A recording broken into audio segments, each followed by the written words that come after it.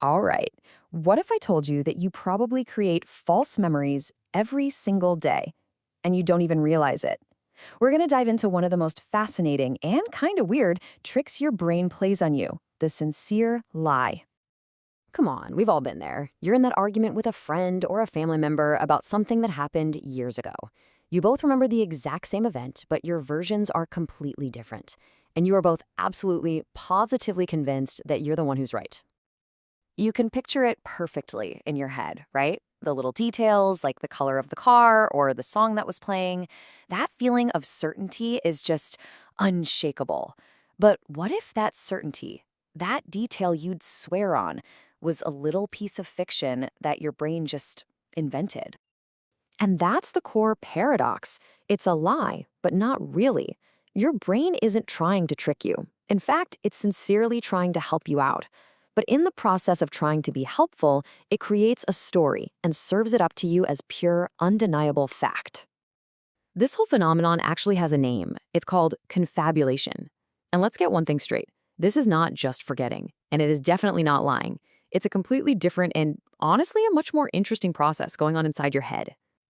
The two key phrases here are without the intent to deceive and fills in missing information.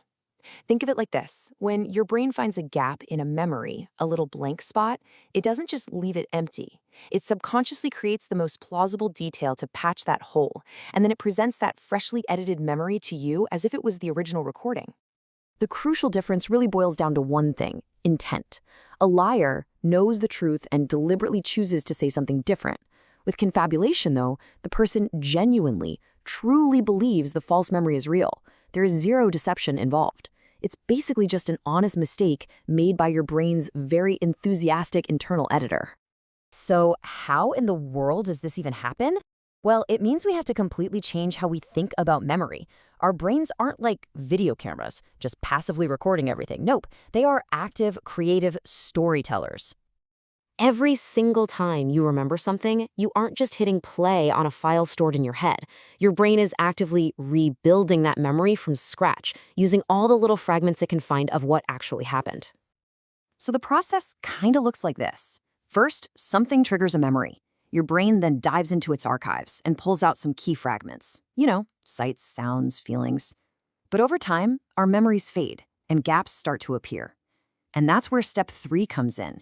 Your brain basically acts like a screenwriter, inventing some plausible details to make the whole story feel complete and logical.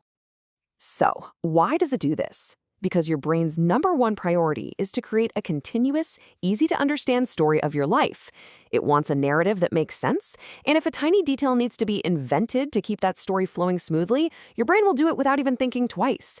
For our brains, a good story is often more important than 100% accuracy. Now, this isn't just some quirky piece of brain trivia. Understanding confabulation has huge real-world consequences. We're talking about things that affect our personal relationships all the way up to our entire legal system. I want you to think back to that feeling. That feeling of being absolutely 100% sure you remember something correctly. We all trust that feeling of certainty, right? We treat it like gospel. Well, here's the bombshell. That feeling of certainty has absolutely no relationship to how accurate a memory is. You can be completely sure of a memory that is completely false. Your brain's confidence level and its accuracy are two totally separate things. And the impact of this is just huge. In a courtroom, someone's entire future could depend on an eyewitness who feels certain, but is completely wrong. And it explains those impossible arguments we have with people we love. It's possible they aren't lying at all. Their brain just wove together a different story than yours did. You're both just honestly remembering your brain's unique version of the truth. So the big takeaway is that the story of your life is constantly being written and rewritten by a very powerful, very creative, and sometimes a pretty unreliable narrator, your own brain.